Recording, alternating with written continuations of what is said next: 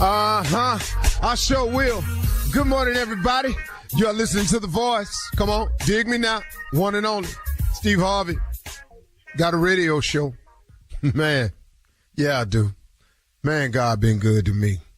Man, he been so good to me. Wow. And you know why I say it like that? What makes it amazing is because it's been in spite of myself. I mean, you know what I mean by that?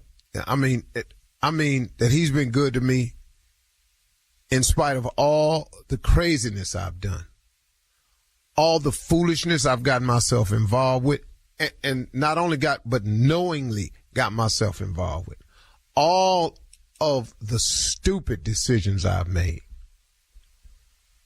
Put all that to the side, and he's still been good to me. Bring it all and put it on the plate, and he's still been good to me. Man, that's amazing, man. And I'm sure there's a lot of people that could say the exact same thing. I mean, come on, man. I got you ain't famous. Ain't nobody got no microphone in your face. Nobody ain't got no spotlight on you. Nobody ain't got no camera in your face. Probably ain't nobody blogging about you. But let me tell you something. If you break it down and be real about it, oh, you done something outside the box.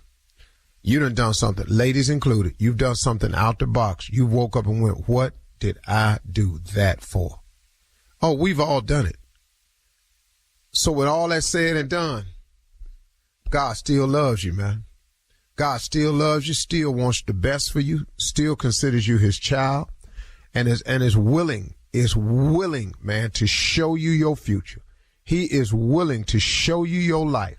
He is willing to let you take a peek at the blueprint. Man, that's an amazing God right there. Cause I know I couldn't do it. I couldn't do it. I'm glad it's him. You know, today, man, I want to encourage brothers out there. And when I say brothers, I'm talking to everybody that's of the male species. I don't care about your color. I really, really don't. I don't even have time for that in my day. Matter of fact, sometimes when you get to discussing race, I just get tired of it sometimes. So I just wish, you know, some days I just want to wake up and just do me. You know, I got what the skin tone is. I got that. But I just want to wake up some days and just go on about my business and do me. I don't want to have to deal with it. Sometimes I get tired of talking about the issues. I ain't going to make them go away, but sometimes I get tired. So today I'm talking to brothers, all the brothers of the male species. I'm talking about men. Today, man, if you ain't doing it all, if you're feeling empty, man, start today completing your process and your journey. And you know what I'm saying by that? If there's a part of you that's missing as a man, and now, man, I'm talking to you, so, you know, some ladies listening, but you know what I'm talking about. It's some part of you that's missing as a man. If you ain't really been in touch with your kids like you're supposed to, now, for whatever the reason is, and please know, I do understand how sometimes women can use children as pawns. It happens all the time. I've been through it, man. I know what it feels like, man, to want to do something, but because you ain't got this or you ain't doing this, then I ain't going to let you have this. You got to fight through, fellas. You got to fight through. You got to fulfill your end of the deal. And I got how difficult they making it. I got how, man, it's going to come with some drama, but you got to fight through it. Because, man, we need fathers to be fathers. That's really what we need. If you're a man out there and you are a father of a child, we need you to do your job. I'm talking about our community, our situation, us as a people, all of us. We need you to be a father. Period. Now, hey, man, I ain't coming down on you. I'm just your boy. I'm your man. And I've been in the same predicament and the same hole myself, where I couldn't get to them, where they were used as pawns, where they were told things about me that wasn't even true. I've been through it. You can't see them. You don't come over. Okay, I got all that. You ain't sent this. You ain't, okay, hey, got all that. If you can call them sometimes, tell them you're thinking about them. Tell them you love them. If you can get a letter to them, if you can get a message to your children through one of your relatives, start the process today. Be a father. It's your job. Now, because you ignoring him, or you acting like they ain't over there, or you done backed them out of your mind because the situation got too difficult, I got that. I got that. But you got to step up and be fathers. You got to write a letter. You got to send the money. If she talking about if you don't send all the money, you ain't going to send. Send what you got. If taking it over there is too much drama, send it through a relative. Give it to a mama. Give it to a sister. Ask her to take it over there and do something for the baby. Cause, okay, you can't deal with the drama. I got that. And I know it's much to pay when you have to deal with that.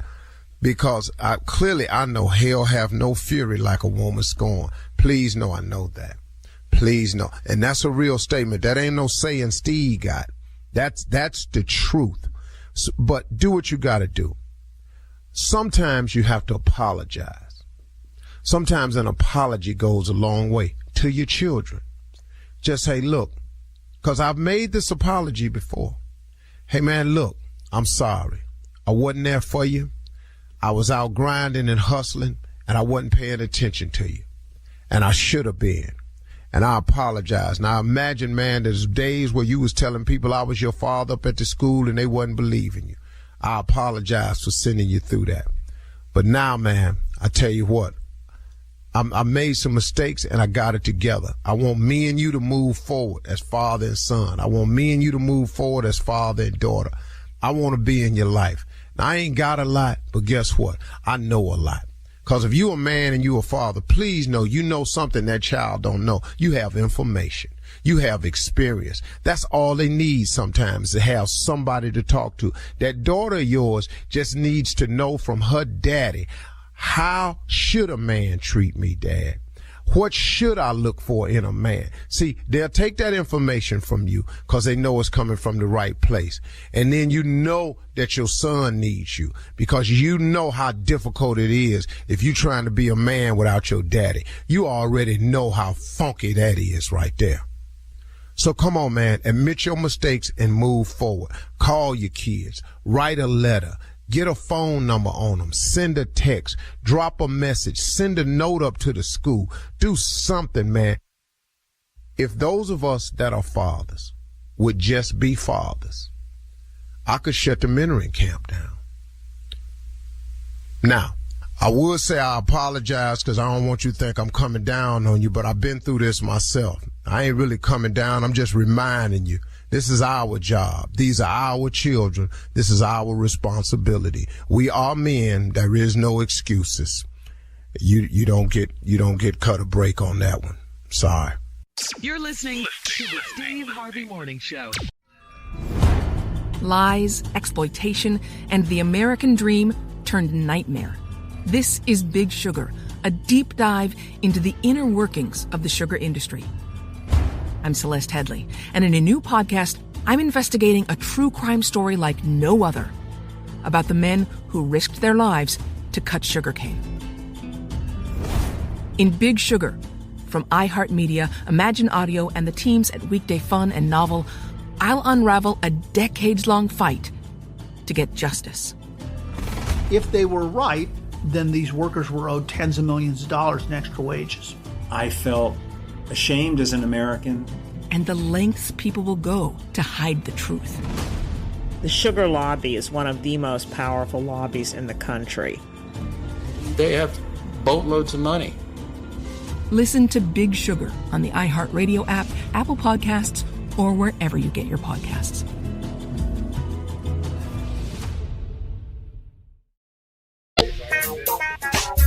Ladies and gentlemen, let me clear my throat. Hey. Anyway. That was quick. That was fast. that was cold jam, boy. Yeah, that was cold. That boy said, let me kill my throat. Yeah. DJ Cool. Anyway, man, great day today. Who is that? DJ Cool. DJ Cool. DJ Cool. I could, for $1 million, I wouldn't have won that. I'd have had all kind of guesses. I'd have been all your that co-host would have won that million for you. We would have won that Big Daddy Kane. Oh, I'd have been struggling. You get 3 guesses. God, man, let me lock in. No. Chub Rock. Hey, y'all, I'm just starting it like this today. Shirley Strawberry, Carla Farrell, Mississippi Monica Jr., government name is Kill Space, and the legend that is Nephew Tommy. Just bringing everybody in, man. Man. You know. Man. Happy Friday. I got these boys down here, man. Voices about gone. Doing God's work, man. Yeah, you is. Man, just doing what he made me to do. Yes, I want to thank Kevin Frazier from Entertainment Tonight. Oh, yeah. This is the first national exposure we've ever gotten at the ranch.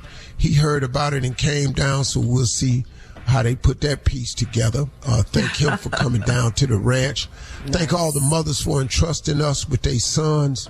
It's a good group, man. Funny group. It rained really, really bad, really hard yesterday. Yeah. Boys get off the bus, they lined up. Little boy told me, he said, Mr. Harvey, it's raining out here. I said, yeah, I know, man. I said, I like rain. He said, we gonna get sick standing out here. I said, who told you that? He said, my mama. I said, your mama not here. Oh, you better mentor. You mentoring already. She sent you here. Welcome to the Steve Harvey Memory Camp. Wish I had a son to send to you. Yeah, this is something my daddy would have told me. Yeah. So that's what I tell these boys. Your mama ain't here. I want to thank Yeezy for coming down yesterday. Chico Bean for coming down. Nice. I say Yeezy, Jeezy. Well, Yeezy is Kanye. We need to know the difference. You do know he wasn't here. We got clarity on that. Huh? Yeah. Okay. Yeah. The big difference. We got delegation from Bahamas. For the first time, I had 10 of my hometown boys down from Cleveland. I'm so proud of these little dudes, man. They all stood up. They all was together. So, we break them up into groups. They form teams. The boys from Cleveland say, we ain't splitting up. Okay. We don't never split up. The boys from Cleveland say, we ain't splitting up. Yeah. It's 10 of us. This our group right here. We don't need to be They told the soldiers, we ain't splitting up. We from Cleveland. We ain't splitting up. Soldiers came and got me and said, Mr. Harvey, we got a problem for these Cleveland boys. I said, no, let them stay together, man. We don't need to intertwine them right now. Let me come back here and work with them. I went back there and talked with them. I said, yeah, they need to be a group by themselves. Leave them alone. He said, thank you, Mr. Harvey. Well, the mentoring is underway. Coming up at 32 minutes after the hour, we will hear from the nephew as he runs that prank back right after this. You're listening to the Steve Harvey Morning Show. Another weeknight, leftovers, the usual TV shows, boring. Hey, it's Shirley Strawberry here to tell you, don't let that happen to your evening. Grab a Seagram's Escapes instead and sip into something more flavorful. Try exotic flavors like Seagram's Escapes, Jamaican Me Happy, a delicious blend of tropical guava, sweet strawberries, refreshing lemons, and juicy watermelon flavors. Turn the ordinary into the extraordinary with Seagram's Escapes and make happiness happen. Flavored malt beverages, enjoy responsibly. The Seagram Beverage Company, Rochester, New York, used under license. It is time now to run that prank back with the nephew. What you got for us, Neff? All right, now we're running it back. Now make sure you're ready. Now this right here is Mona. You need to fix your appearance. You need to fix your appearance. I ain't gonna tell you no more now. Let's go. Who are you? Cat dog. Hey. And there's some people on this show. I'm gonna let y'all know who need to fix their appearances. Start with yourself. Not today. Be very careful. The statement you just made, Tommy. Yeah, man. You say that to me and Junior. I said, okay, hold up, dog. Mona, you need to fix your appearance. Cat dog, if you would. I'm only talking to Mona, not you guys. Hello. Hello, I'm trying to reach a Mona, please. This is her. Hi, how you doing? My name is James over with the corporation. I'm with the corporate wardrobe. You've been with the company for about 8 years now. Am I correct, Mona? Yes, sir. Okay. You're correct. Like I said, I'm from corporate wardrobe. Wanted to kind of give you a call. There's been some conversation about it, but wanted to give you a call about your appearance in the office. Okay. Okay. Now, your appearance seems to be pretty much intact as far as your clothing is concerned. So it has nothing to do with that. Okay. Now, first of all, what are my appearance have to do with your corporation? Well, what's going on? Like I said, you've been with Corp for about, what, 8 years now, am I right? Yes, sir, I have. Okay. And but you calling me, telling me something about my appearance. Right, so right. Now, what I wanted to talk to you about is that what some of the workers in the office are having a problem with, and what we want to do is get you an actual doctor's appointment, because we want to see about helping you get a breast reduction. Oh, what? A breast reduction? Okay, now you. I mean, from my understanding, that your breasts are too large. Hold up. Now, who is this first? Who is this again? My name is James. Like I said, I'm with Corporate Wardrobe, and I'm calling you actually pretty much from Human Resources of Corporation. Okay, now if you ain't calling him about something else concerning what we do here, instead of you calling me, telling me something about giving me a breast reduction, what you need to do is try to dig up some more because what I'm doing up in here, I'm going to wear them. They was on here, and I'm going to wear them. They came out, I wear them for them. Mona, all we want to do is we want to get you a doctor's appointment so we can help you get your breasts reduced, so you'll feel a lot more comfortable, and the people in the office will be a lot more comfortable. Okay? Man, I'm not. You ain't finna do a thing. You ain't finna come in and tell me some. But what y'all gonna do to me? What you talking about? I've been with this business for almost 8 years, and I ain't never had no problem with nobody telling me something about my friend. So what you need to do is find out who's going around here making these rumors. And first of all, I'm going to dig up, because maybe one of these up in here talking about me and, jealous because I'm on top of my and they jealous of me because I'm on mine, and they around here got a problem with my breast. Look, ma'am, my job is to get your breasts reduced. I got to bring them down. My is big, too. Can you reduce that? Excuse me? My is big. Can you reduce that? Ma'am, listen, I got to get your breasts down to it. I got to get it down. I got to bring them down. You ain't going to do a thing. What you going to get down is your that's what you going to get down. And what ma'am, listen. You do is stop worrying about my breast. So you and whoever calling you or telling you something about what I'm doing at this, tell them I said to kiss my so what I need to do, I'm going to do me.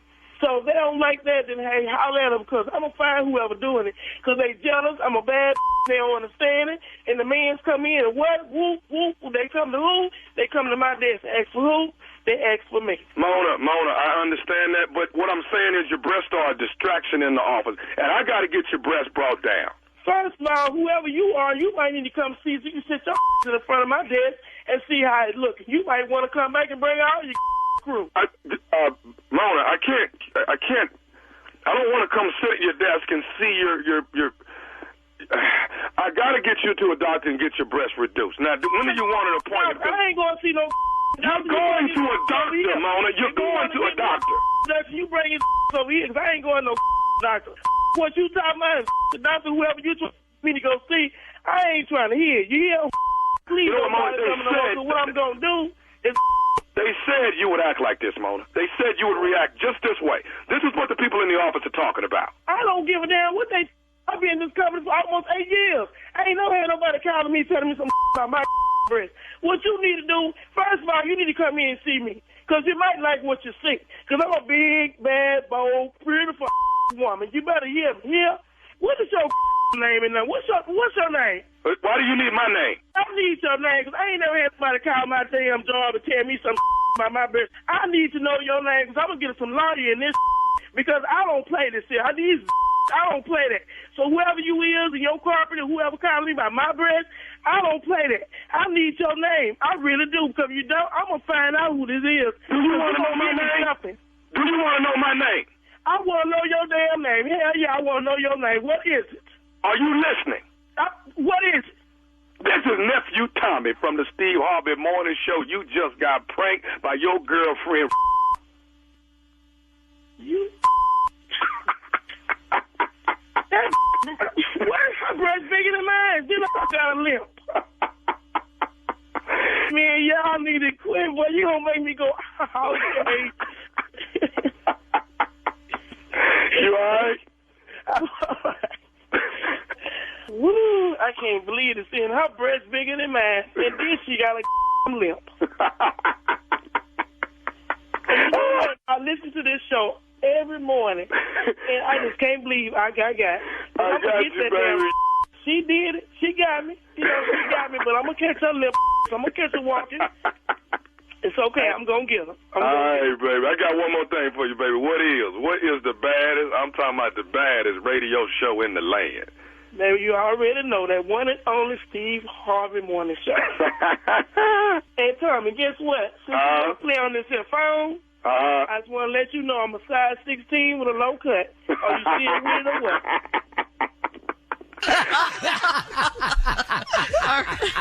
Coming up next, Ask the CLO with... You're listening to the Steve Harvey Morning Show. Coming up at the top of the hour in entertainment news, Shannon Sharpe and Skip Bayless have an emotional farewell on Sharpe's last day on the air. Drake wins close to $1 million, sorry, Kier, on the Denver Nuggets championship game. Sorry about that, Junior. And D. Wade explains his wife Gabrielle Union's 50-50 split comment about their finances. We'll talk about all of these stories coming up at the top of the hour, but right now it is time to ask the CLO, our Chief Love Officer, Steve Harvey. This one's from Kiana in Baltimore, CLO. Kiana writes, I'm in a fairly new relationship and we just spent our first night together. He was very gassy all night, and he didn't apologize or excuse himself to go do it elsewhere. I told him it's rude, and he said he should be able to be comfortable around me. I'm a newbie at dating, so is this common in relationships? No. No. What? Especially new ones. No, that's not common. It's not. It's not common. You're going to have to make a decision here. Being comfortable around somebody is necessary. You want to be comfortable. But any relationship is compromise. It's some things you can do and some things you can't do. Some things you can, that you used to do that you're not going to be able to do. Some things you're going to give, some things you're going to get. You got to get in the compromise position. First night, he blowing gas all night long. Dog, where we going with this here? We done. So I guess later on, you're going to be sitting in there on the toilet with the damn door. Oh, no. See, where are we going with this here? You got to close that door.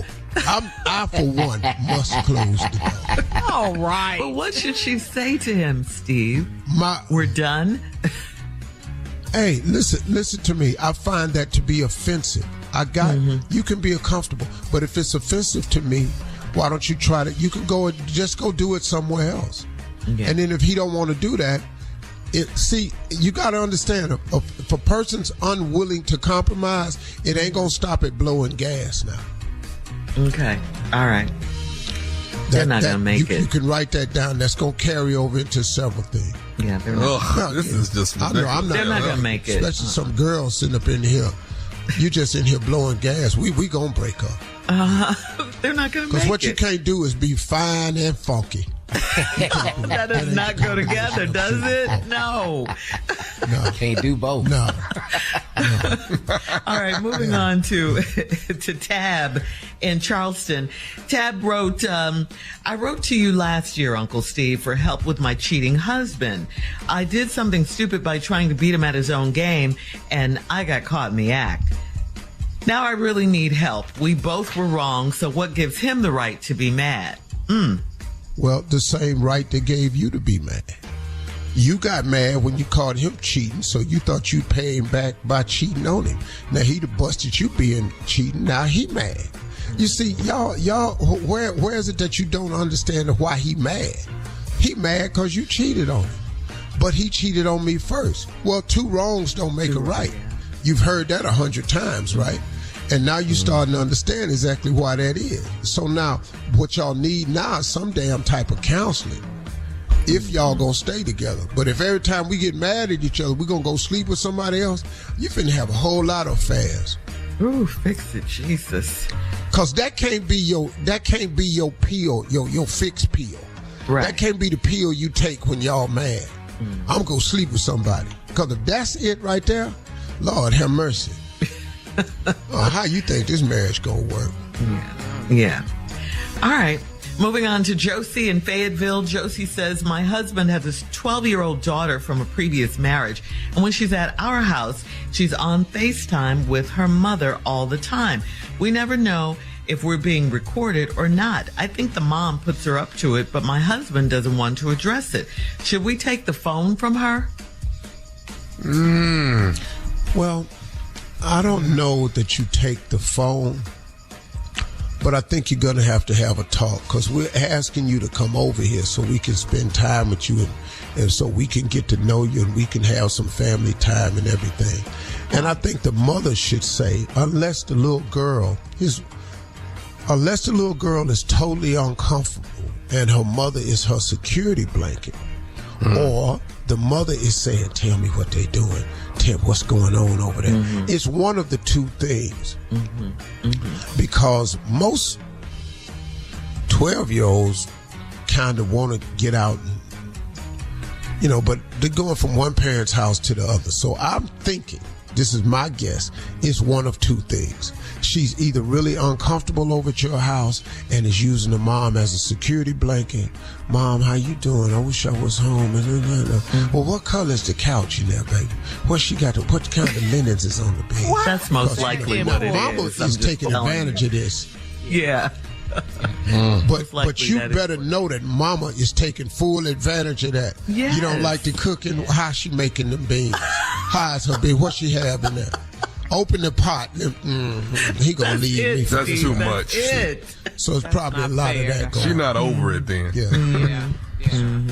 Okay. Probably a lot going on. Well, them women. So should she take the phone from her? That's what Josie wants. No. You ever seen a 12-year-old? They walk around, especially little girls. They walk around with them phones 24/7. What'd you say? Take the phone from her. Should she take the phone from her? That's what the wife is asking. No, I don't think you should take the phone, because I think you need to find out the cause of the problem. The problem is she's on her phone, FaceTiming her mama the whole time. I think you need to address the why that is first. Taking the phone is only going to build resentment. So if the little girl is uncomfortable over there, then that's going to be more discomfort. So I don't think you should take the phone. I think you should sit down and have a meeting. Yeah. I'm not going to call you mama. My mama told me not to. All right. Moving on, last one, Steve, to DeMarcus in Camden. I've heard everything. I've heard everything in my life. I had a little boy tell me one time, you ain't my daddy. I said, okay, well, where is he then? That's cool. What? I might not be your daddy, but where is he? Because right now I'm here and I'm helping. I'm buying groceries and stuff, helping your mama with the rent and all this here. She got a new car sitting out the driveway. You ain't my daddy, okay? Well, where is his punk ass at? Because I don't see anybody in here. You've heard it all, Steve. Yeah. All right. Yeah. Last one, DeMarcus in Camden. Writes, I moved in with my 30-year-old girlfriend and she won't tell her father that we live together. She's lived her entire life afraid of him. Should I talk to her dad or keep hiding? You can't interfere with that relationship. That relationship is a 30-year relationship. She probably already knows that her father would not approve of her living with a guy, and that guy is you. Now you're going to step up and talk to him, and what? What you finna say? Don't call daddy. Don't go over there to that man's house. He gonna get his ass whooped. So what did you calling me after the fact for? Thank you, CLO. That thumbnail of hatred I had for you has grown. Coming up next, entertainment news right after this. You're listening to the Steve Harvey Morning Show. Hi, I'm Yvonne So, and I'm a full-time stay-at-home mom of 3 school-age boys. Moms are the backbone of our society and the stars of my podcast, Cashing Our Trillions. Cashing Our Trillions spotlights moms, how we sustain this $1.5 trillion economy of unpaid female work, and the social and structural changes needed to prioritize us. This season, my guests include Moms First founder Reshma Shojani. We have to finish the fight for moms. Springboard to Opportunities founding CEO Aisha Yandaro. Really have been changing the way that we talk about poverty in this country. And Michigan State Senator Mallory McMorrow. We need to set up a system where there can be more moms in office. We'll discuss all things mom, from Web3 and the metaverse to co-housing, politically activating suburban moms, and de-stressing with CBD. Search for Cashing Our Trillions on the iHeartRadio app or wherever you get your podcasts. Lies, exploitation, and the American dream turned nightmare. This is Big Sugar, a deep dive into the inner workings of the sugar industry. I'm Celeste Headley, and in a new podcast, I'm investigating a true crime story like no other about the men who risked their lives to cut sugarcane. In Big Sugar, from iHeartMedia, Imagine Audio, and the teams at Weekday Fun and Novel, I'll unravel a decades-long fight to get justice. If they were right, then these workers were owed tens of millions of dollars in extra wages. I felt ashamed as an American. And the lengths people will go to hide the truth. The sugar lobby is one of the most powerful lobbies in the country. They have boatloads of money. Listen to Big Sugar on the iHeartRadio app, Apple Podcasts, or wherever you get your podcasts.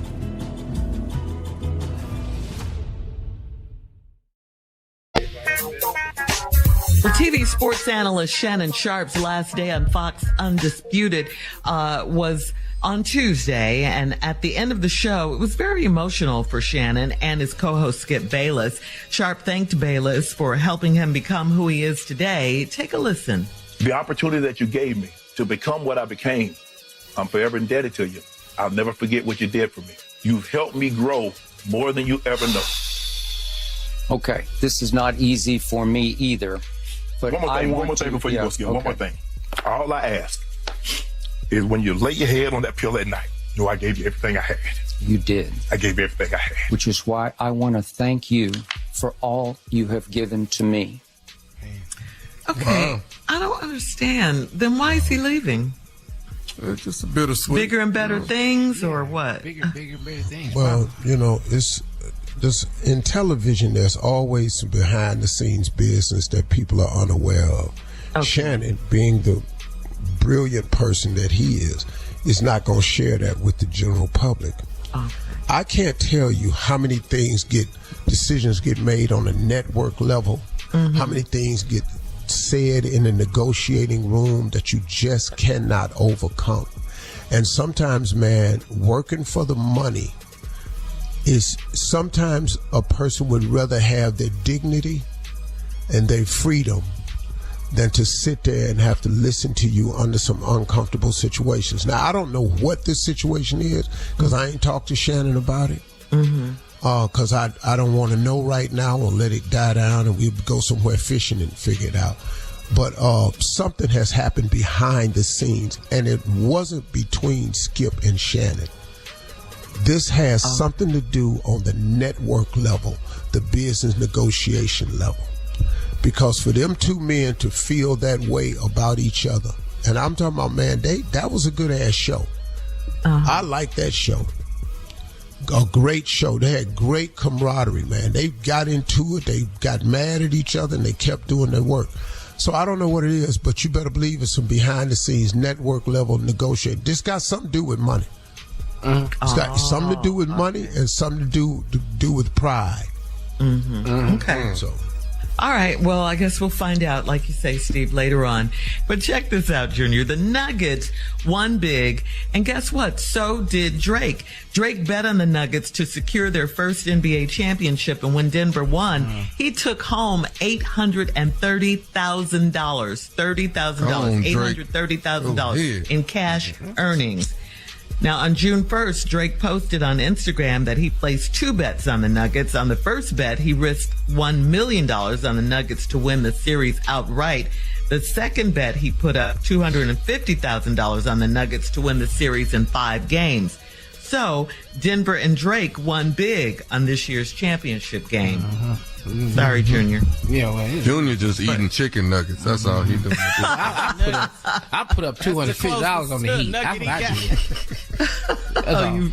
You bet on Miami. Yeah, $250 though. Not with Drake playing. No, I ain't got that type of money. I ain't doing that. A lot of less zeros, huh? Yeah. If I would won, I told y'all, but I ain't win, so don't even talk back. I know. Moving on. Yeah, please. All right. See, y'all always talking about Drake's wins. Y'all don't never discuss Drake's losses. We don't know when about you're them. a gambling man. Well, when you're a gambling man at that level, there's some huge losses. Okay. Y'all just don't know about that. But that's all people hear the wins and go, man, I'm going to bet. Okay, well, when you lose now, and he has lost. Okay? Yeah, I never hear but about he make a losses. whole lot of money. Yeah. A whole lot of records. All right, finally. He can take all them losses. Yeah. Yes. Yeah, he can. Right, Steve, right. He sure can. I lose $2 million on a bet. I got to go sit down somewhere and rethink my decision-making process. Yeah, all over again. All right, so Dwyane Wade is... The biggest question is going to be the F wrong with you. That's the biggest question. Like that? Ask yourself myself. that. All right, let's get to this story about Dwyane Wade, who's attempting now to clear up the confusion surrounding his wife's claims that they split their finances 50-50. On a podcast interview, D. Wade detailed how the 50-50 issue started back when they started living together in Miami. He said, quote, I said something about it being my house that I paid for. My wife looked at me and said, you will never say that to me again when it's something that we share. So when we moved to LA, my wife said, I got half on it. You will never say my house again. You can say that in the arena. He also explained that she takes care of her family, her parents, siblings, and others with her finances, and he takes care of his children, his parents, and his siblings with his finances. So here's the question, Tommy. You already said it. You don't care. But why do we care how millionaire couples spend their money? I don't know why. I don't know why we care. People were really the Wades can do whatever the Wades want to do. I don't care. The Wades. I don't care what's going on in the Wade household. I don't care. Working on this. Why? No. Jesus Christ. I tell you what, though, if I marry an NBA player, I ain't splitting nothing 50-50. Whatever, Gabrielle. I'm not doing it. I would just be over there mad. Right. Let me just tell y'all what ain't going to ever happen. What's that, Steve? Here's something that will never happen. Okay. You will never hear Steve and Marjorie explaining their finances to no damn body. I don't care what y'all think. It ain't your damn business. That's right. And ain't nothing over that here part. 50-50. Hello. All right, coming up at 20 minutes after the hour, Teddy Riley, remember him from the New Jack Swing age? Well, anyway, he's supporting Donald Trump for his 2020 re-election bid. We'll talk about it right after this. Bye. You're listening to the Steve Harvey Morning Show. Teddy Riley has voiced his support for Donald Trump after Trump's second indictment and arraignment. Trump proclaimed his innocence in an Instagram post late last week, and Teddy Riley jumped in the comments to support Trump with lots of muscle emojis. One commenter who was shocked by Teddy Riley's exuberance for Trump asked, seriously, Teddy, you really on here agreeing with this dude? Riley made it clear that he is in full support of Trump's re-election because Trump pardoned his older brother from serving a double life sentence in prison. Okay, that's why. You wondering why? That's why. According to an interview with the Shade Room, Teddy Riley believes that Trump can do something amazing for us because he did it for Africa while he was in office. He said that everyone has their own beliefs, and this is solely what he believes. So there you go. Gotcha. What did Donald Trump do for Africa? What did Donald Trump do for Africa? He didn't mention it. Except saying that Africa and Haiti was an S nation. S-holes. S-hole nation. S whatever. So, I don't know. Look, Teddy can do what he want to do, but y'all, stop being upset with people who had one vote. Yeah. Teddy got one vote. Now, if his brother got pardoned I can understand his appreciation for Donald Trump. I could. Yeah, you got to ride with him on that. I mean, you can't be right. He pardoned my brother. He all right with me. Okay, cool. I ain't mad at that. Right. Matter of fact, I ain't mad at Teddy at all. I understand him supporting the dude right now.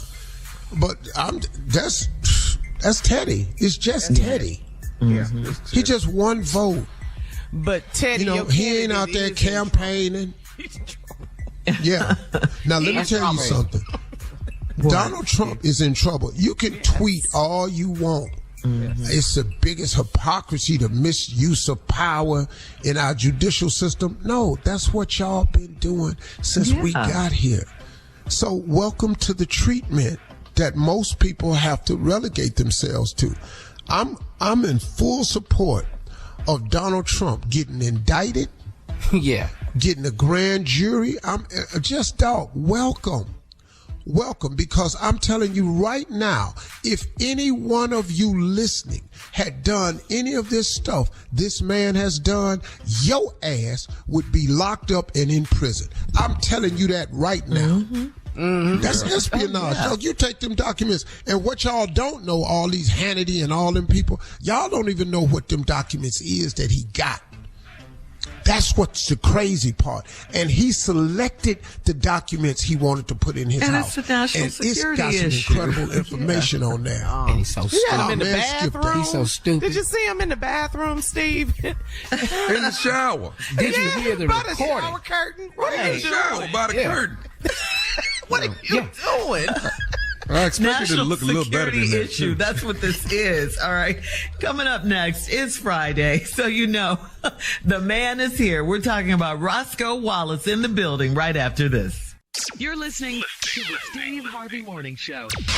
You know it's Friday, so that must mean Roscoe is here. All day, baby. Take it away. Happy Friday, everybody. Roscoe. Hey, Roscoe. What up, Junior? Roscoe, my hero, man. Every time. 4-8 girl, pretty hair. All them nice teeth. All the women on this show got pretty teeth. Thank you so much. I love a smiling woman. You know what I'm saying? All the girls on this show got pretty teeth. They sure do. What's up, Tommy? What's up, man? How you doing, Roscoe? Yeah, what's up, Roscoe? Oh, you got a delay. No, Tommy got a delay. Oh, no. You got a delay, Roscoe. Anyway, what's going on? Ain't no problem. Hey, Roscoe. You got to wait on good things. I let my whole life a delay. Go ahead, Carla. What's happening, Hey, Carla, what happened today? Nothing. Let's talk about it. June is Black Music Month, and, kind of sad about this R&B beef between Anita Baker and Babyface. We talked about it the other day. Anyway, Babyface had a tiny desk concert. I'll buy your clothes. Well, go on and sing it then. I'll pay your rent. I didn't really. Oh, I'll cook your dinner tonight, baby. Soon as I get home from work. That's all. I'll buy your clothes.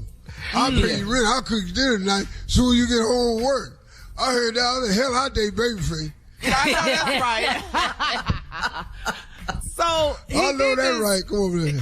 He did this tiny desk concert. Did you see it? It was Babyface, Shantae Moore, Tank singing background, and the other guy that could sing, his name was Avery Wilson. He's from The Voice. He's from The Voice. Boy, that little boy. Hey, let me tell you something. That little boy with that red hair. Yeah. Mm-hmm. Yeah. Boy, that little boy can sing right here. Yeah. I ain't really care for who? Say we come to the end of the road. So you sing Boys to Men? Yeah. Because I wanted to talk about. No, but that's what they sang on the. Yes. Mm-hmm. Yeah. Well, that's what they sang on the itty bitty desk, though. They sang that on the itty bitty desk concert. You know that show they got on TV where they all be sitting around the little itty bitty desk. They sit up in there, and that one of the song they sang. And I ain't like it, cause Boys to Men do it the right way. They ain't do that song no just there. Babyface, Tank, Shantae Moore, and then dude we didn't know. But the dude we didn't know got out sing all the ass. Avery Wilson. So Roscoe, that little Avery Wilson is, that little red hair boy. Yeah, he can sing. So if you had to do an itty bitty desk concert, sing the first 3 songs you would perform at your itty bitty desk concert. Come on. Oh man, the first 3. Yeah, first 3 songs. Or anyone I want to pick. Anyone, your choice. Let me see what I had to do. You want a little Stevie? I want you. Ooh, the right way. I want you. Say, but I want you to want me too. Oh, won't you get back, baby? When I get down with you. Oh, darling, I want you the right way. I want you, but I want you to want me too. Change the whole melody. Make it your own, Roscoe. Marvin Gaye, boy. Cool. All right, come on, Roscoe. Itty Bitty Desk Concert Series. What you got? Second song. Give me an artist. Charlie Wilson. You can't keep running in and out of my life. 'Cause don't you know that I like having you around in my life? Oh, baby. Prank phone call coming up next. My heart is yearning for your love. Oh, Roscoe. You're listening to the Steve Harvey Morning Show. Coming up at about 4 minutes after the hour, it's my strawberry letter for today, and the subject is, my husband has done everything except leave. Okay. We'll find out why. Baby. That's up to you. Coming up in a few. Right. Because right now it is time for the nephew in today's prank phone call. Nephew. Well, I'm always, at this time, I'm always promoting whatever whatever comedy show I got coming up. That's normally where I do it right here. But I think on this day, I want to say happy anniversary to my beautiful, lovely wife. 22 years. Come on, man. Of being married. To my crazy behind, I want to say, girl, you my ride or die, my rock, my ship, my whole 9 yards, girl. Woo! Happy anniversary. Lord. I tell her all the time, I got to die first because I can't live without you. I'm telling you right now. I can't. And last year I damn near did. Oh, thank you, Jesus. I'm still here. What in the world? I know, this is crazy, but happy anniversary, though. Happy anniversary, Tommy and Jackie. My 22 years, girl. That's awesome. Look at God. Amazing. Amazing. Oh, my God. I do not take it for granted. I do not take it for granted. This right here, though, this for my baby. This right here is Wet Robe. Wet Robe. We're going to the church now. We're going down there to the church. Nice little old, little old wet robe. I mean, y'all don't think that's sexy? Wet robes. Out of all the pranks, that's the one you picked today? Man, that's the one. On your anniversary? That's the one. I mean, that's how I want when I get to the house. I'd like for her to be in a wet robe. Let's go, cat dog. To it. Hello? Hello, I'm trying to reach Miss Sister Tanya. Sister Tanya. This she. Who's this? Hi, Sister Tanya. This is Brian. I'm representing the youth, and of course, we're already having the fundraiser on Saturday, and I would like to know, are you going to be available to come out on Saturday? Because we got pretty much most of the choir. You're in the choir, correct? Yeah. I never heard of anything about anything on Saturday, though. Well, we got most of the choir members coming out on Saturday, and we'd like to know if you're going to be available on Saturday to come out and participate in the fundraiser for the children that's going on their vacation next year. Oh, you said all the other choir members? I never heard anything from the other. Yeah, all of the choir members. We probably have about 95% of the choir members coming out. Yeah, I'm free on Saturday. Okay, now we're doing from 5 to 7 on Saturday. So are you available 5 p.m. to 7 p.m.? It's only 2 hours. Yeah, what'd you say your name was? Brian. I'm sorry. They call me Brian. They call me B.A. I'm sorry. Oh, okay. Did I meet you at the church? I just joined about 3 weeks ago, and they've already given me an assignment. So I majored in marketing in school. So they're trying to get me to take care of the children and their vacation that's coming up. So we put together some things, a great fundraiser. And, you know, the choir members have been very receptive. You were the last one for me to call, and I wanted to make sure you were on board with us. Oh, okay. Yeah, I just never heard about this. So, but Right. Now, are you able to bring your choir robe on Saturday? Yeah, we singing a song. What song did you need us to sing? Did you tell the pastor about this? No. You guys are not actually going to be singing a song. What it is that we're having a and I'm so glad that you're ready to participate in what we're doing. So I want to first of all say thank you. First and foremost, I want to say thank you. Okay. All right. So what is all it right, that we and all of the choir members. I'm sorry. What is it that we need the robes for? I can bring my robe. The robes. What's going to happen is you guys aren't singing a song, but we're having a wet robe contest. A what now? A wet robe contest. You talking about like a wet T-shirt contest type of thing? Well, it's not a T-shirt. It's a robe. So you don't have a T-shirt on. What we need you to do is we need you to come. No, not in the church. You talking about the whole choir that they're going to do a wet robe contest? You said a wet robe contest? I heard of a wet T-shirt contest. That's not the same thing, though, right? Well, no, it's a little bit different. What it is, you don't have a T-shirt on. You actually have your choir robe on, and you don't have anything underneath it. You don't wear any clothes underneath it. What we do is we're going to wet all of the ladies. Listen to me. We're going to wet all of the ladies down, and the sexiest one that's wet with their robe on is going to win $500, and half of the money is going to go to the children's vacation. Hello? You talking about a wet T-shirt contest in the church? No, I'm talking about a wet robe contest at the church. Oh no, I'm not gonna get in there and be naked under a robe. It's gonna be out. It's gonna be out. You talking about being naked under a robe? We need you to be completely naked under your robe, and we're gonna wet everybody down with a water hose. And the finest one is going to be able to win $500, and $250 of that, half of that money is gonna go to the children's vacation. Hold on. What did you say your name was again? My name is Brian. Brian, how long you been a member of this church? Because I don't ever remember meeting you. Okay, I've been a member for about 3 weeks now. Like I said, since I majored in marketing, they actually threw me into. Ain't no way after 3 weeks that they don't put you in charge of something. I don't understand why there's a problem with you trying to pitch in and help out the children. Because I don't even know who you are calling me. I don't know who gave you my number. They're trying to create. They're trying to accomplish something, and you don't want to help the kids. I want to help the kids, but I'm not going to get up there in no choir robe. I'm doing my best right now not to cuss you out because I'm a woman of God. So you too good to be naked under your robe. Is that what you're saying? You too good to be naked? Look, I don't have to explain myself, but I'm not going to be naked up in no church. Okay, so you can't do the naked robe content. You can't do that for the kids.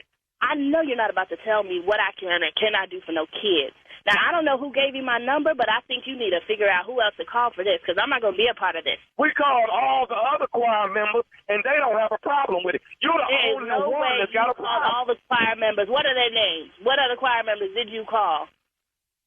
That would have said they would have done something nasty. We called Sister Bridget in the choir. Sister Bridget didn't have a problem with it. Ain't no Sister Bridget in the choir. Okay, how about Sister Rachel?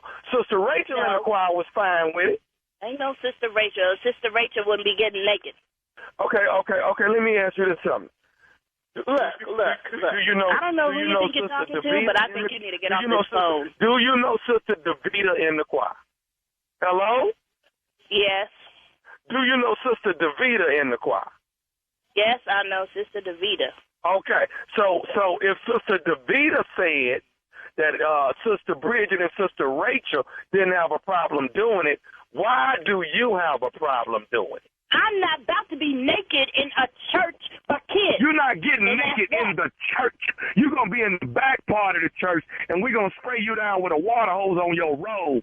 I'm not going to be up there. This is disgusting. Well, Tommy said you would do it. Tommy said you didn't have no problem doing it. Who the hell is Tommy? We don't even have a Tommy at the church. You keep making up all these names. Tommy is Nephew Tommy from the Steve Harvey Morning Show. That's who Tommy is. Hello? Yes. This is Tommy, baby. This is Nephew Tommy. How you doing? Oh, my God. That's not real? It's not real, baby. That nobody was calling you about doing a wet rope cut. You all right? Woo! I was finna go off on you. You was already going off on me. Davita got me to prank phone call you. Oh, my God. I'm gonna get her. I was holding my tongue. What you saying? You was about to cuss?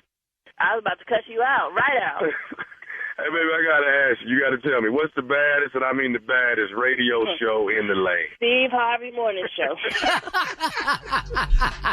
And there you have it. New Jersey, here I come. But right now, we're going to celebrate anniversary today, but I'll be in Jersey Father's Day this Sunday.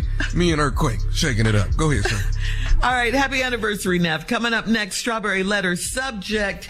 My husband has done everything except leave. We'll get into it right after this. You're listening to the Steve Harvey Morning Show. Hi, I'm Yvonne So, and I'm a full-time stay-at-home mom of 3 school-age boys. Moms are the backbone of our society and the stars of my podcast, Cashing Our Trillions. Cashing Our Trillions spotlights moms, how we sustain this $1.5 trillion economy of unpaid female work, and the social and structural changes needed to prioritize us.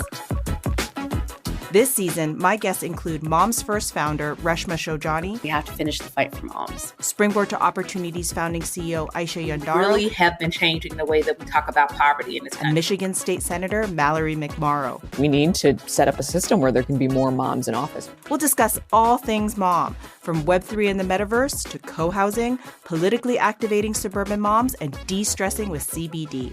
Search for Cashing Our Trillions on the iHeartRadio app or wherever you get your podcasts. Lies, exploitation, and the American dream turned nightmare. This is Big Sugar, a deep dive into the inner workings of the sugar industry. I'm Celeste Headley, and in a new podcast, I'm investigating a true crime story like no other about the men who risked their lives to cut sugarcane. In Big Sugar, from iHeartMedia, Imagine Audio, and the teams at Weekday Fun and Novel, I'll unravel a decades-long fight to get justice. If they were right, then these workers were owed tens of millions of dollars in extra wages. I felt ashamed as an American. And the lengths people will go to hide the truth. The sugar lobby is one of the most powerful lobbies in the country. They have boatloads of money. Listen to Big Sugar on the iHeartRadio app, Apple Podcasts, or wherever you get your podcasts.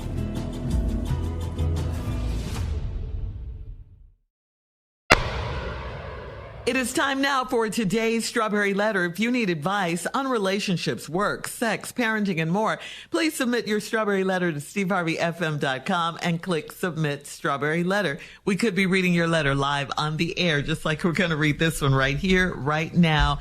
And you never know, this one right here could be yours. Yeah, I would say buckle up and hold on tight, but that's stupid. That's what he say. We about to read this letter now, all right?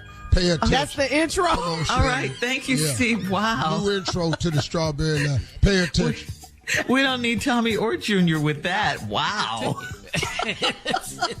Subject, my husband has done everything except leave. Dear Steve and Shirley, I'm 57 years old and I've been married for far too long. My husband and I used to fuss and fight, and then I got wise and stopped entertaining his mess. I got a boyfriend so I could relieve some stress, and he helped me to mentally get over my troublesome marriage. I have asked my husband for a divorce for years and he won't go anywhere. I told him him I had a boyfriend, and I showed him pictures of us together. He said that I was going through some things, and he was going to give me time and space to heal.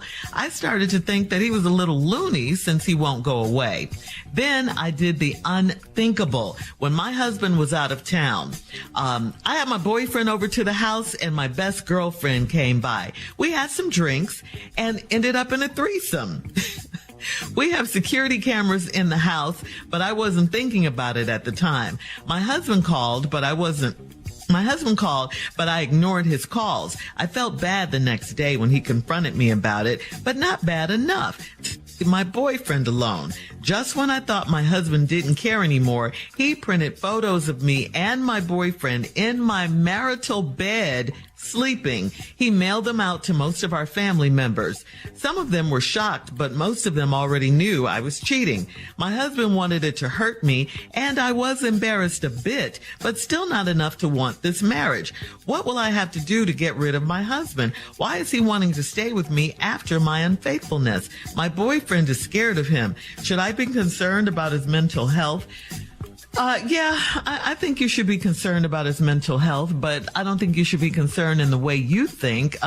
You should be concerned that he's crazy like a fox at this point. I think he's just waiting until he gets good and ready to divorce you. He wants you, he wants you to be there for all of this. He's probably been doing his own thing, just like you've been doing your own thing for a long time. The question is, why are you waiting on him to end this marriage? If you want to leave.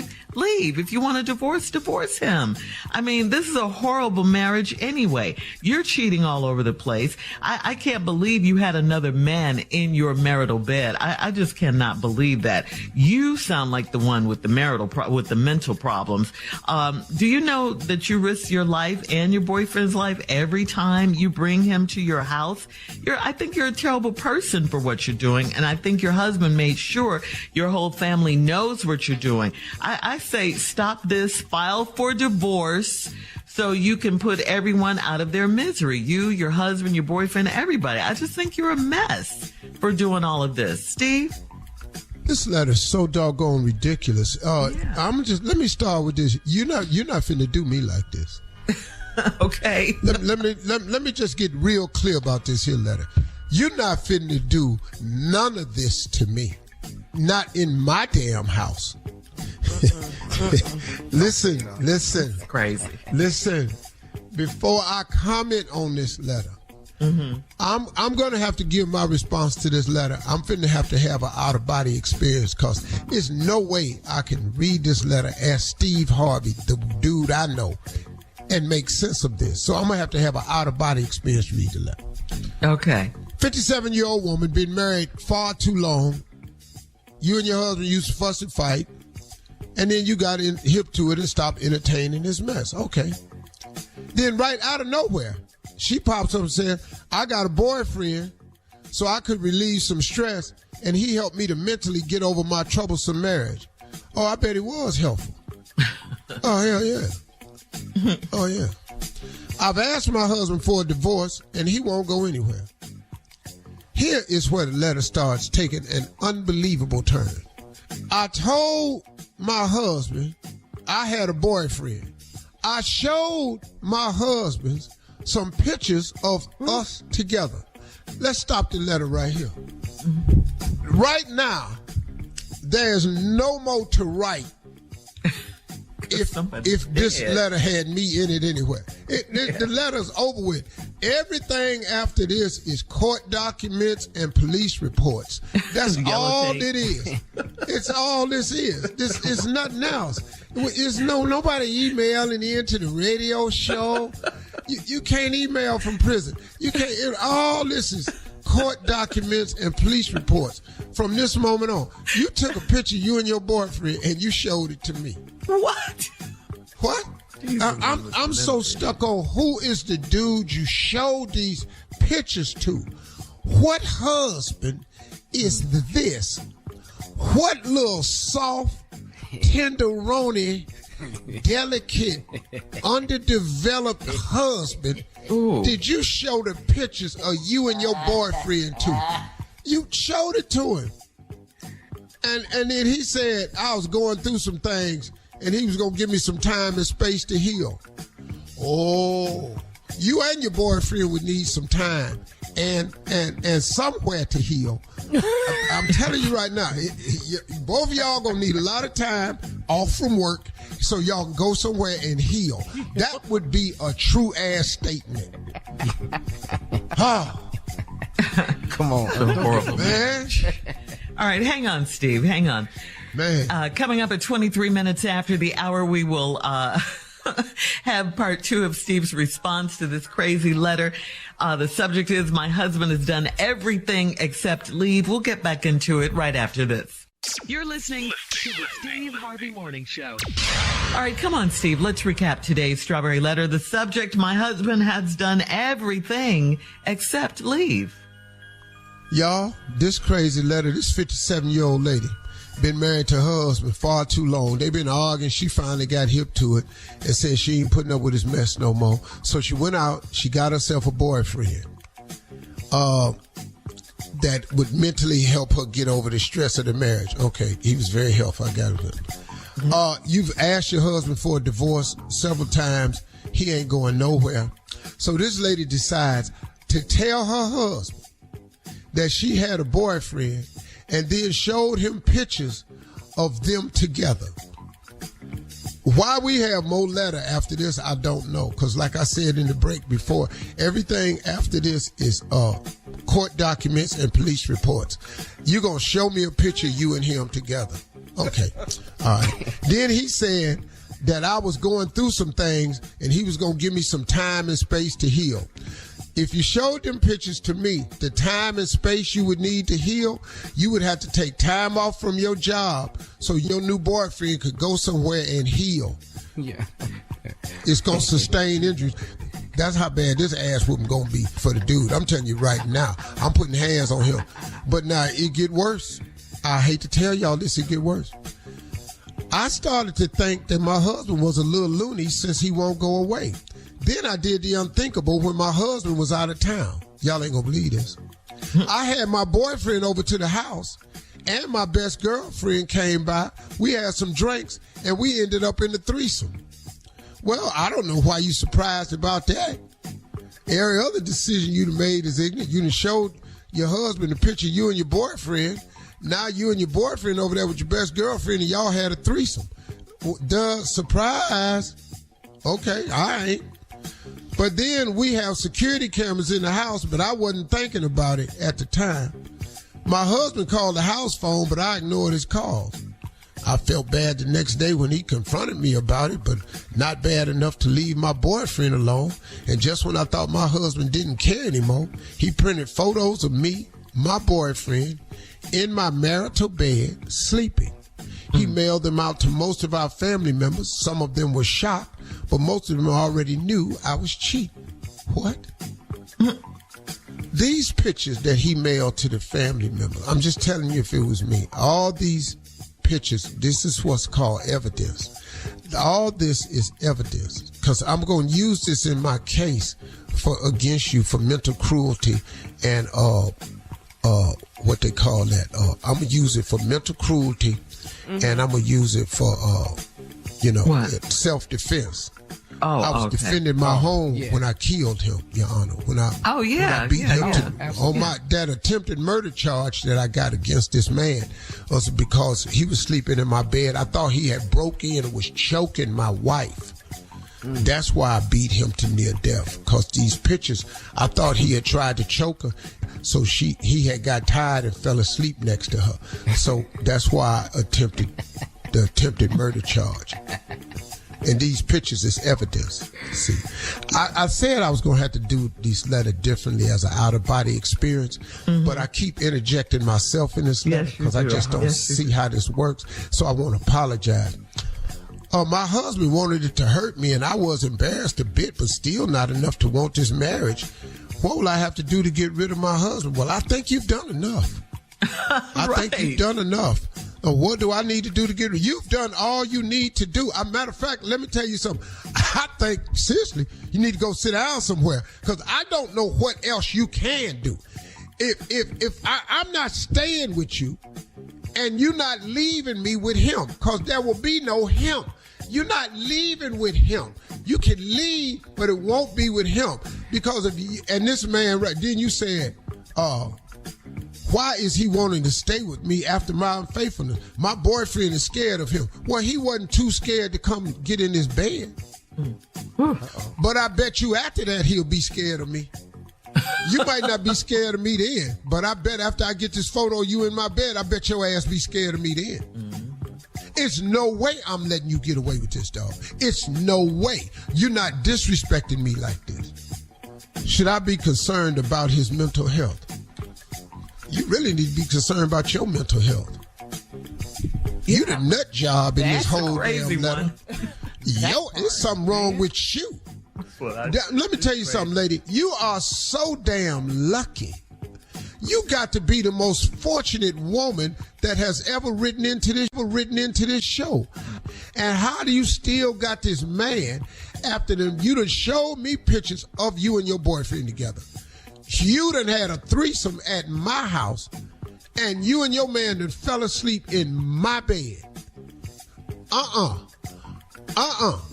And all this talking about this boyfriend in your present tense, that's over with too, because he is a has-been.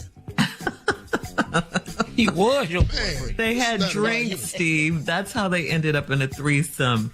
Okay, come on now. Well, he's stupid too for sleeping over there. Leave us your comments on today's. All these ignorant ass people getting their ass whooped. All of them. On today's Strawberry Letter on Instagram at Steve Harvey FM, and check out the Strawberry Letter podcast on the iHeartRadio app. It is free. Coming up next, instead of sports, Junior has a Father's Day poem. For himself. Oh, wow. Yes. All right. Oh, Lord. Right after this. Yes. You already know what time it is. Your boy DC Young Fly. You're listening to the Steve Harvey Morning Show. You're listening to the Steve Harvey Morning Show. All right, Steve, come on. Junior has a Father's Day poem. You have to do the honors and introduce him. It's my first one. Come on. Ladies and gentlemen, his first Father's Day poem, and because this is his first Father's Day. JRAP. Yeah. Which is an acronym. It stands for Junior's Raggedy Ass Poem. Ladies and gentlemen, well, hey, I appreciate it. Look, I thank you. Shirley, Carla, I'm so excited right now.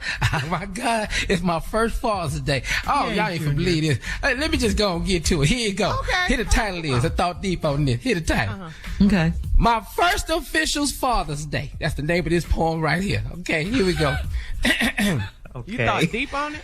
I kind of wrote this poem to myself. Because it's all about me today and nobody else. I want to announce that it's my first Father's Day. And damn it, I expect to be treated like a king on Sunday. See, I'm not just a new dad, I'm a granddad too. I can't wait to see what my new kids are going to do. When they come to me and say, give me some money, I always give it to them without acting funny. I treated my wife like a queen on Mother's Day, so I just know she's going to show out on today. She better be planning something real nice for me, because I can't wait to be treated like a husband that I've always wanted to be. So on today is Father's Day, so shout out to Uncle Steve and Tommy.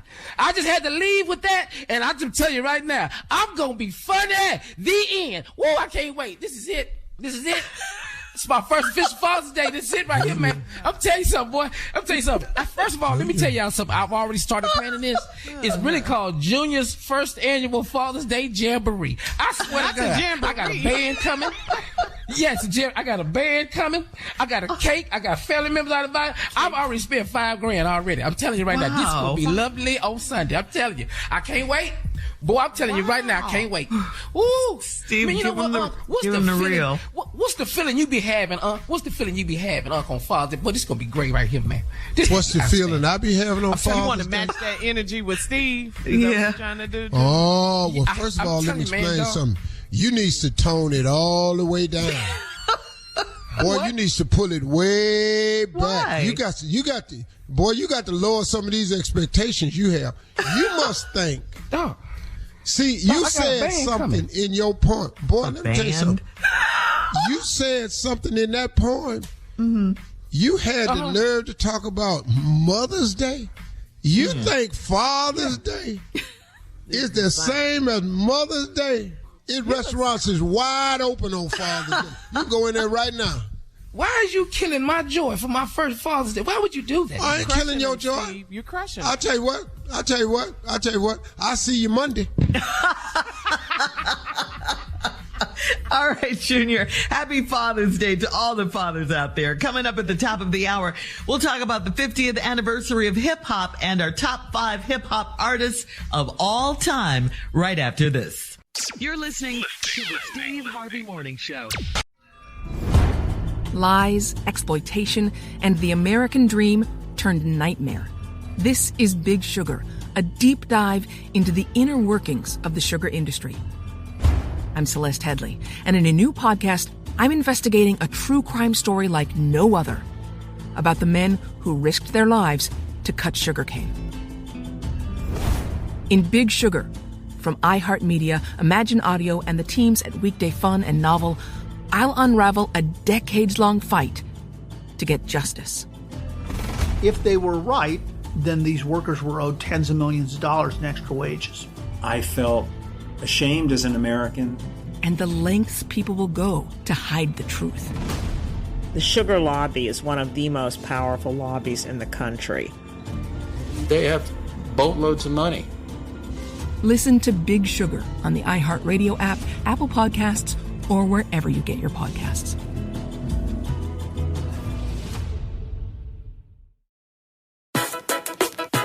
Hi, I'm Yvonne So, and I'm a full-time stay-at-home mom of 3 school-age boys. Moms are the backbone of our society and the stars of my podcast, Cashing Our Trillions. Cashing Our Trillions spotlights moms, how we sustain this $1.5 trillion economy of unpaid female work, and the social and structural changes needed to prioritize us.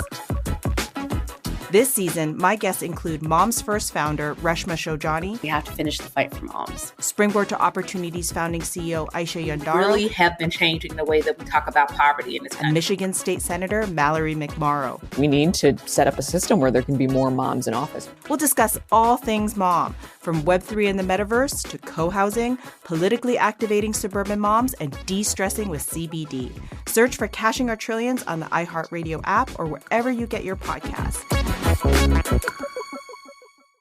All right, guys, Carla is here with some music news. What you got, Carla? It's the 50th anniversary of hip hop. Absolutely. Okay. So we've been celebrating all year. So I guess what, 1973? You know, just hip hop been around since 73. Yeah, around 73. So it's just like what Biggie said. You never thought hip hop would take it this far. So That's right. East Coast, right? West Coast, Dirty South, Midwest, all around the world. So I'm going to tell you my top hip hop pioneers. So I guess we'll start off my first hip hop song, Sugar Hill Gang. That's the first one I heard. Rapper's Delight, right? Rapper's Delight. Yeah. Right. That was the my ultimate first party song. Mm-hmm. That's it, Shirley. Hippity hip hop is up. Don't stop. Exactly. Up, jump the boogie to the rhythm of the boogie. Oh, look at you. Okay. We all know that. I got it. Right there. Yeah. But I had that. I bought that album now. Exactly. From Sound Waves. I bought it from Sound Waves record store. Yep, in Houston, Texas. So from there, though, when you heard that song, then it got real serious. The Message. Broken glass everywhere. Man. You know, it was, to me, that was a moment, Melly Mel, that was a moment that hip hop, I guess it was telling real life social issues. It was telling a story for the have-nots. Yeah. And breaking down, you know, what was really going on. So you had this party, Rapper's Delight, then it got serious. So that's, to me, how it all started, this hip-hop thing. And then we're going to go into Run, DMC. That's, for me, number 2. You know, you had your B-Boy Stance Ready, but they were a movement. And I think, for me, Run DMC, the importance of what they were doing, it wasn't just about them rapping. It wasn't just about the MC. They showed how important the DJ was. Yeah, they show how You see what I'm saying? That's when we got exposed to see and Carl, how the DJ was. Do you know they're like one of the first groups to cross over into doing songs with rock stars? Right, Aerosmith. Right. All they were doing stuff. Oh man. Yeah. They were a movement. And then we got to see their Walk videos, This Way. on TV and the Adidas and what they were wearing. Yeah. So Run DMC, and then we can go back to Tupac. Women love Tupac, and Tupac did what he wanted to do. The poetry, his message, thug life tatted on his chest. I mean, he rapped. Keep Your Head Up was dedicated to black women. Mama. Yeah. Yes. Brenda got a baby. I'm mad at man. All of it. Brenda got a baby. All right, let me get this out. My female salt and pepper's here. Get out my face while I smack you. I'll take your man. Yes. And what a man, what a man, what a mighty good man. What a mighty good man. Yeah, the female MC, Salt and Pepper. Every party back in the 80s, you had to have on Salt and Pepper. They were like the first all-female hip-hop group that hit it big, in a male-dominating genre type music. Right. And then finally, I'm just going to close it out with Jay-Z, Biggie, and the rapper's favorite rapper, the R, Rakim. Because I think Rakim... Why did you not mention Ice Cube on this whole thing? You got to do another one of these. We got to talk about all of this. Yeah, so we can do part 2. We can talk about don't be going without mentioning Ice Cube, though. You got to always LL, we got Dr. Dre, we got Snoop, we got... Snoop, come on now, Snoop. Yeah, but for me... my list, Tommy got a little attitude about my list, didn't he? But we can Ice keep Cube it going. ain't on your list. That don't make no sense to me. I'm sorry.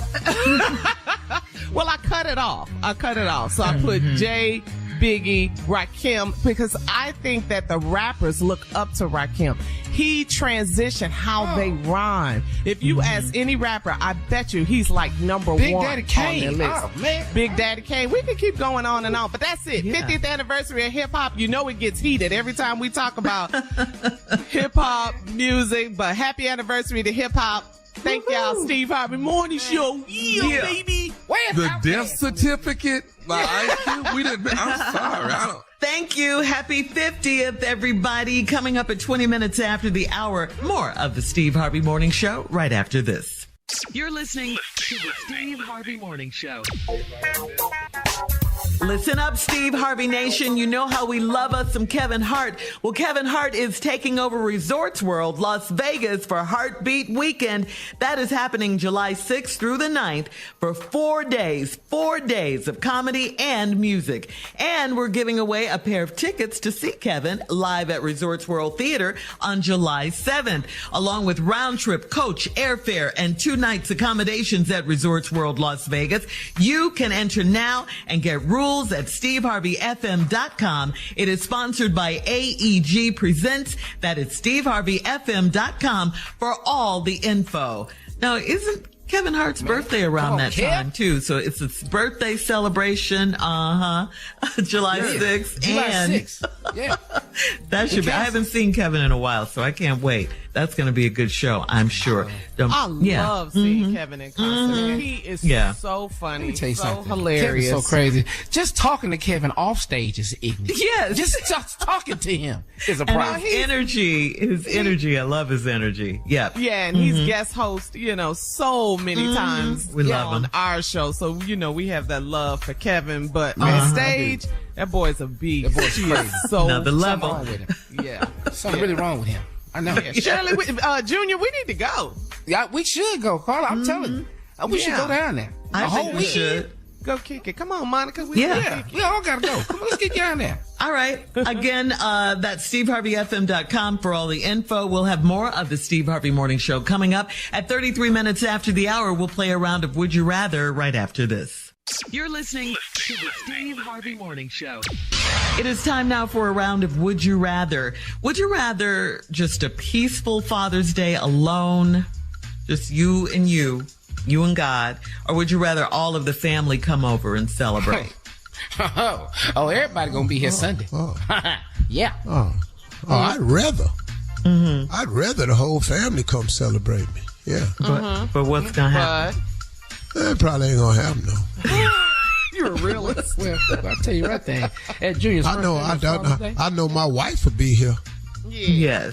Yes. And that's good for you. I tell you who better be here. Them damn sons of mine better be here. That's who better be here. Okay. Because all I done pulled into their ass. All I done pulled into them boys, no. My sons ain't here, gonna be a real damn problem. Well, I think they'll be there. You've got great sons, Steve. Great sons. 1, 2, 3. That's 4. Okay. That's 5 of y'all. Well, we'll see. Yeah. We'll see. We'll be on TMZ Monday if we ain't. That's 5 of y'all. That's great. That's 5. Now, at Junior's first annual Father's Day Jamboree, it's going to be about 50 of us. Yeah, it's going to be live, man. But that's good. 5 is good. Oh, you think it's going to be a jamboree? A jamboree? I love the name Jamboree. Yeah. What do you mean? Yeah. That's what it is. Are we invited, Junior? Are we invited? Hey, y'all can come by if you got time, but this gonna be jumping. It's my first annual Father's Day. It's gonna be so lovely over here. I got a band and everything. The name of the band is called All the Smoke. Zero off. Oh, how many people gonna be there? 50. The name of the band is what, Junior? All the Smoke. Oh, they're gonna be killing it. You want all Get this your boy, Steve. Boy, I have one all the way out for me. I'm telling you, they gonna come in here, boy. It's gonna be lovely. You can come by if you ain't doing nothing. Since you gonna be by yourself, get on over here. All right, so. No, I ain't gonna be myself, but I already know what's finna happen. You don't. Steve, don't be such a pessimist. Man, all right, it's gonna be good. I don't even know what that is, so don't worry about that. Negative. You're not gonna be. I ain't see Steve Harvey's jamboree, but there is a Junior's first ever Father's Day jamboree. I'm telling you, when you see the pictures. All right, keeping in the Father's Day theme, would you rather morning sex on Father's Day, or would you rather breakfast in bed on Father's Day? I don't eat breakfast now. In bed? Yeah. I don't eat breakfast now, Shirley. What the hell you talking about? I don't know how to eat in bed. Want no damn breakfast in bed? So what? You want the morning sex? Damn breakfast in bed? Oh, no. What? No. That's crazy. Somebody sliding eggs to me in bed? Nah, you can't do that. Why are you mad? All right, have a fish fry for Juneteenth. Fish fry or a barbecue? Why is we fish fry or barbecue? Why are we celebrating being free? Because we are. It's a holiday. Well, and it's a day off. Fish fry, barbecue. Which one? I'm gonna have both. Coming up, last break of the day, and we'll have some closing remarks from the one and only Steve Harvey right after this. Happy Father's Day, Steve. You're listening to the Steve Harvey Morning Show. Lies, exploitation, and the American dream turned nightmare. This is Big Sugar, a deep dive into the inner workings of the sugar industry. I'm Celeste Headley, and in a new podcast, I'm investigating a true crime story like no other about the men who risked their lives to cut sugarcane. In Big Sugar, from iHeartMedia, Imagine Audio, and the teams at Weekday Fun and Novel, I'll unravel a decades-long fight to get justice. If they were right, then these workers were owed tens of millions of dollars in extra wages. I felt ashamed as an American. And the lengths people will go to hide the truth. The sugar lobby is one of the most powerful lobbies in the country. They have boatloads of money. Listen to Big Sugar on the iHeartRadio app, Apple Podcasts, or wherever you get your podcasts.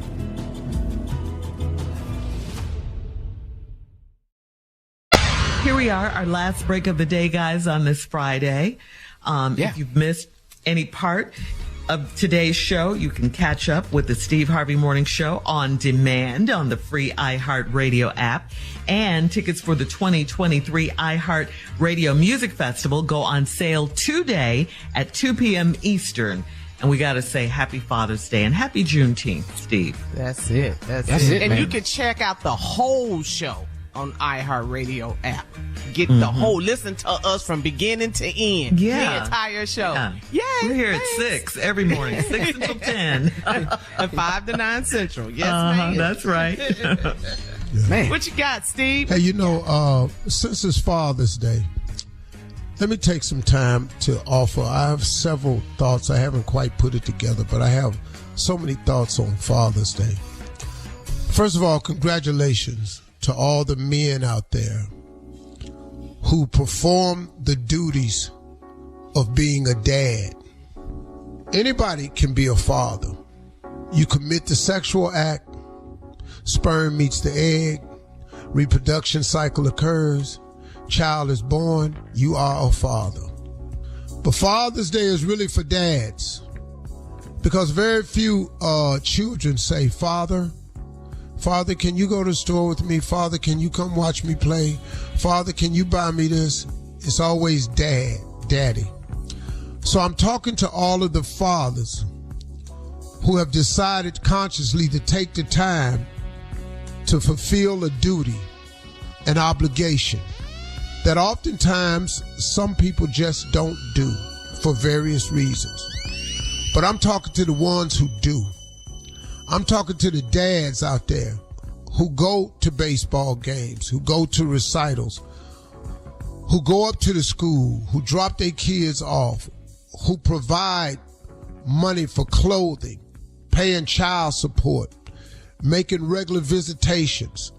I'm talking about the ones, man, that try to make dreams come true of children. I'm talking about the men that work hard, take their money and make sure that a portion of it goes to their children, to their families.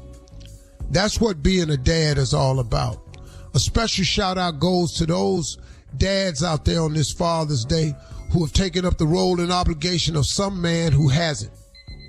Because there are a lot of guys out there who date women with children, who have women who have had children. It's a lot of blended families out there. It's a lot of men out there that stepped in and started taking over the role who didn't have children of their own, but they met this wonderful woman that had children, and he stepped in and filled the role and been doing it most adequately. Congratulations to all of you. Being a father is hard because when you're a father, you can never get it 100. I heard Bishop Jake say this one time, and I'm sort of paraphrasing it, but you just, as a father and a husband, you can never get it 100. Don't worry about it, fellas, because a lot of times they want time from you, and you can't give them time because you got to get out here and hustle and grind to provide the things that they want and need. And then when you're out here providing the things that you want and need, you can't give them time. So if you give them time, then all of a sudden they got a bunch of wants and needs that you can't fulfill because you gave them all the time and you wasn't out here on your grind. But then you get out here on your grind, and all of a sudden there's some complaining because you won't give them time. So as a father and a husband, it's hard to get it 100. It just is. That's the cross we bear. It is our job to take care of our children. It is our obligation to take care of our children. Now, you and the woman may not work out for whatever the reason, but these children had no say in the matter. They deserve your attention. They deserve your thoughts. They deserve more than anything. It ain't really about your child support in terms of payments, as it is more important that you find the time. I'm down here with 200 boys who don't have a relationship with their father. And I'm going to tell you, man, when the subject of their father come up and the disappointment that they feel from time to time, man, you can just see the hurt on them. You can just see the hurt on them, man. And I feel so bad for these boys. But for those of you out there that are making sure that these daughters and these sons out here don't feel the pain of absenteeism, congratulations. Thank you for doing your job. Thank you for doing your duty. Thank you for the honor of being a father. It is one of my greatest honors, man, that I have been a father. Now, have I gotten it wrong a couple of times? I most certainly have. But ain't nobody perfect. But you know, I know so much about myself. I was who I was, and I am who I am. And I'm cool with both of them. Because I had some growing pains. I had to learn this thing because there ain't no manual on it. I saw my father do it outstandingly, but I didn't know. I knew my father when he was 42. I didn't know my father when he was 24.